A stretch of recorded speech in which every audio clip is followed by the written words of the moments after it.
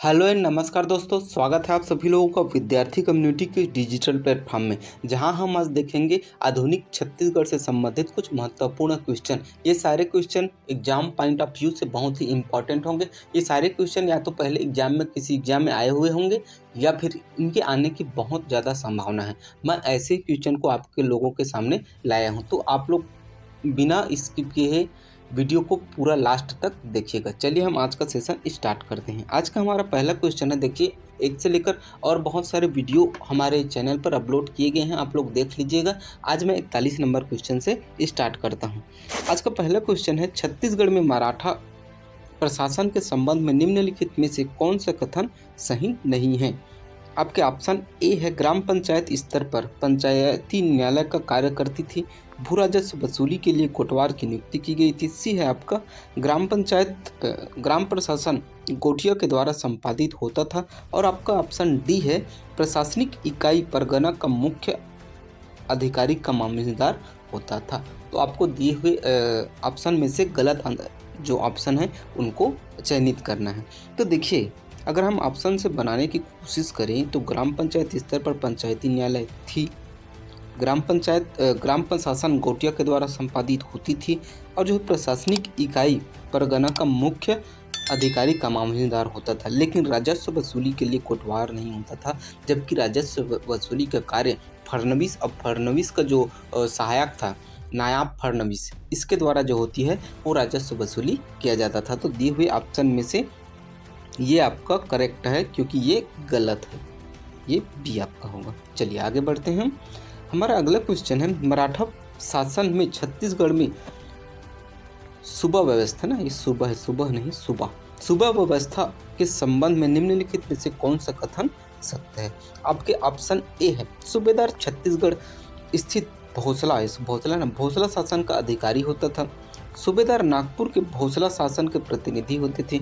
सूबेदार का पद जो वंशानुगत होता था, या फिर सूबेदार छत्तीसगढ़ के स्वतंत्र मराठा शासक होते थे। चलिए हम बनाने की कोशिश करते हैं कि जो सूबेदार होता था छत्तीसगढ़ में स्थित भोसला शासन का अधिकारी होता था। गलत है, नहीं होता था। जबकि जो सूबेदार होता था वो भोसला शासक के प्रतिनिधि होते थे। आपके बी ऑप्शन सही है, क्योंकि ये प्रतिनिधि होते थे। इनका पद वंशानुगत न होकर किसी ऐसे व्यक्ति को क्योंकि सूबेदारी व्यवस्था जो होती है वेंकोजी के शासनकाल में स्टार्ट हुई थी, क्योंकि वेंकोजी जो होती है नागपुर के शासक थे, और उन्होंने यह तय किया था कि वो नागपुर में रहकर ही छत्तीसगढ़ में शासन संचालन करेंगे। तो वो छत्तीसगढ़ का जो शासन ऐसे व्यक्ति को देते थे जो अधिक से अधिक कर वसूल करके नागपुर भेजे। तो ये पद वंशानुगत नहीं होता था, जबकि ये कहें तो ठेकेदारी व्यवस्था पर आधारित थी कि जो व्यक्ति ज़्यादा कर देगा उन्हें छत्तीसगढ़ में सूबेदार नियुक्त किया जाएगा। तो ये भी गलत है।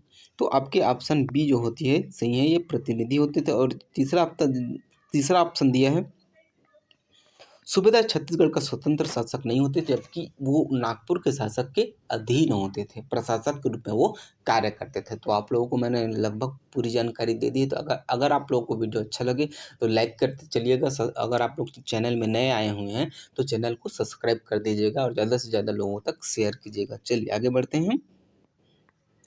हमारा अगला क्वेश्चन है, महारसिया कहाँ का जमींदार था, कोरबा का, पेंड्रा का, नवागढ़ का, या फिर सोनाखान का। तो इसका सही आंसर जो है ये नवागढ़ का था।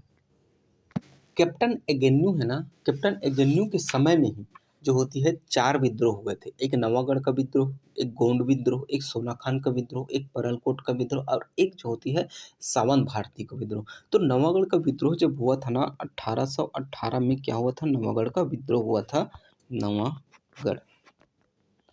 तो इसी समय ये यहाँ के जो शासक थे, विद्रोह करता थे, वो महारसिया थे, महारसिया। इसी को यहाँ क्वेश्चन में पूछा गया है कि महारसिया जो थे कहाँ के जमींदार थे। तो ये जो थे वो नवागढ़ के जमींदार थे।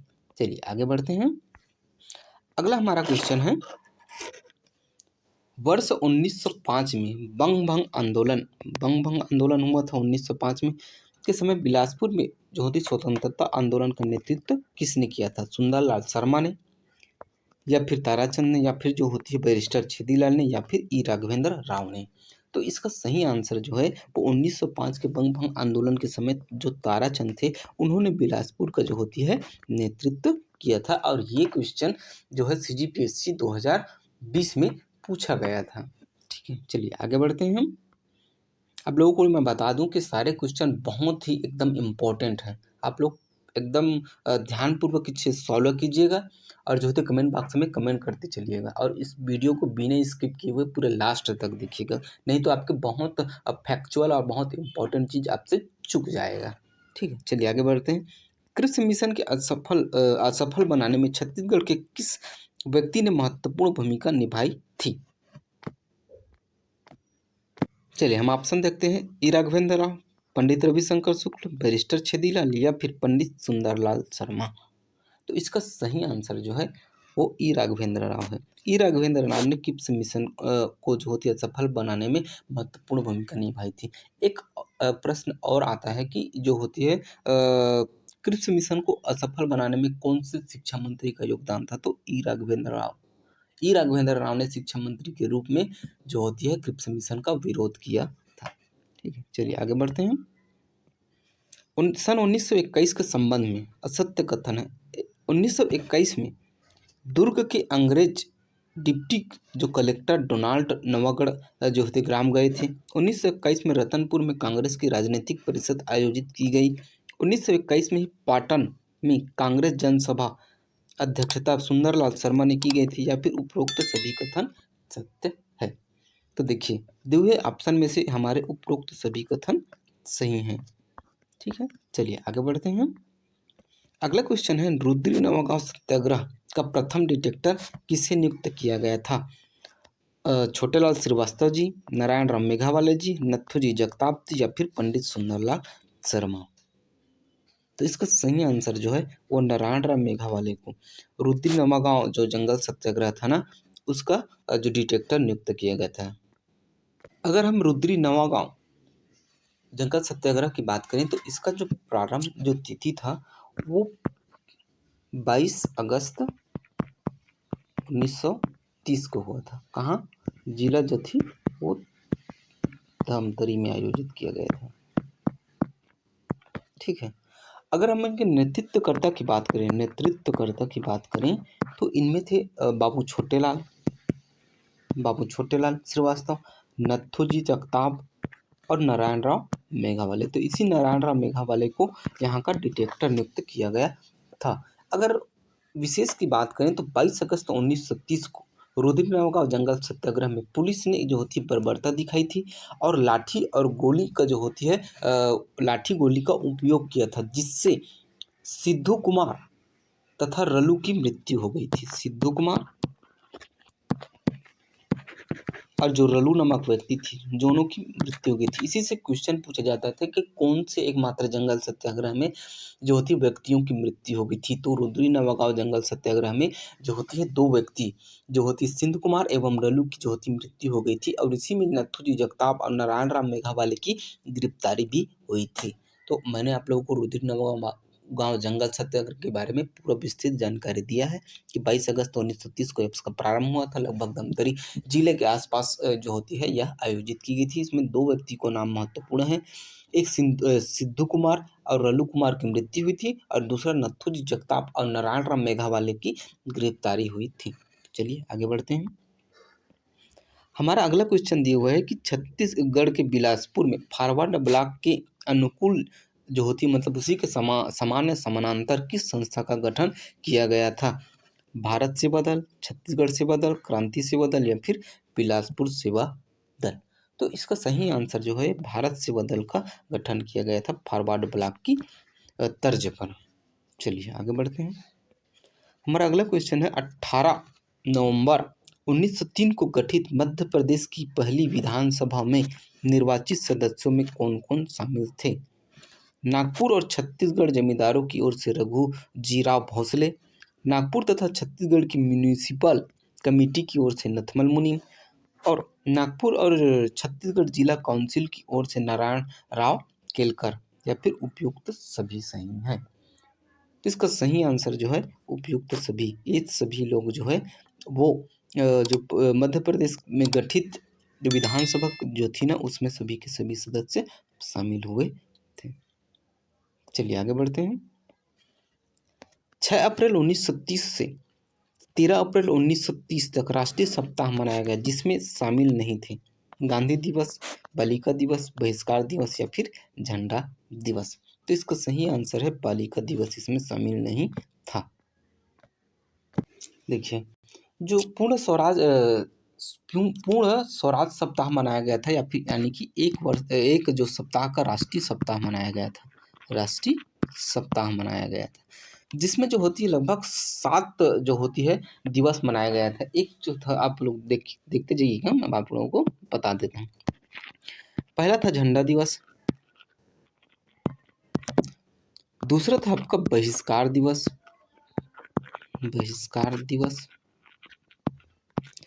तीसरा था आपका पिकेटिंग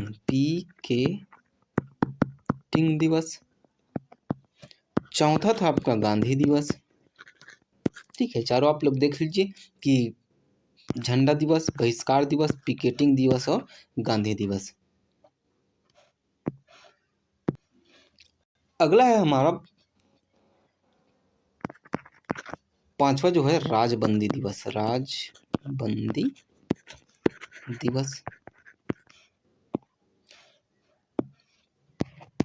6वां है हमारा गढ़वाल दिवस, और 7वां है हमारा महिला दिवस। ये सातों के सातों जो है पूर्ण स्वराज सप्ताह या राष्ट्रीय जो होती सप्ताह के समय आयोजित किया गया था 6 अप्रैल से 13 अप्रैल 1930 के मध्य, जिसके नेतृत्वकर्ता जो थे वो पंडित रविशंकर शुक्ल जी थे, और इनके सहयोगी में ठाकुर प्यारेलाल जो कि राजनांदगांव से, और सेठ लक्ष्मी नारायण दास इन्होंने जो होती सहयोग किया था। इनका जो उद्देश्य था कि धरना देना, बहिष्कार करना, स्वदेशी वस्तुओं का जो होती है उपयोग को बढ़ावा देना और विदेशी वस्तुओं का बहिष्कार करना। यह जो आंदोलन जो हुआ था 1930, मतलब कि सविनय अवज्ञा आंदोलन के दौरान उनके प्रथम चरण में यह जो होती है राष्ट्रीय सप्ताह का आयोजन छत्तीसगढ़ में किया गया था। इसी के तर्ज पर विभिन्न जगहों पर जो होती है नमक कानून भी तोड़ा गया था। साथ ही साथ जो होती है रायपुर में जो होती है राजनीतिक परिषद का सम्मेलन भी किया गया था। तो यहाँ तक वीडियो देखने के लिए बहुत बहुत धन्यवाद। अगर आप लोगों को वीडियो अच्छा लगा होगा तो लाइक कीजिए, सब्सक्राइब कीजिए और ज़्यादा से ज़्यादा लोगों तक शेयर कीजिए। मिलते हैं ऐसे ही किसी नेक्स्ट वीडियो में, तब तक के लिए जय हिंद, जय भारत, जय छत्तीसगढ़।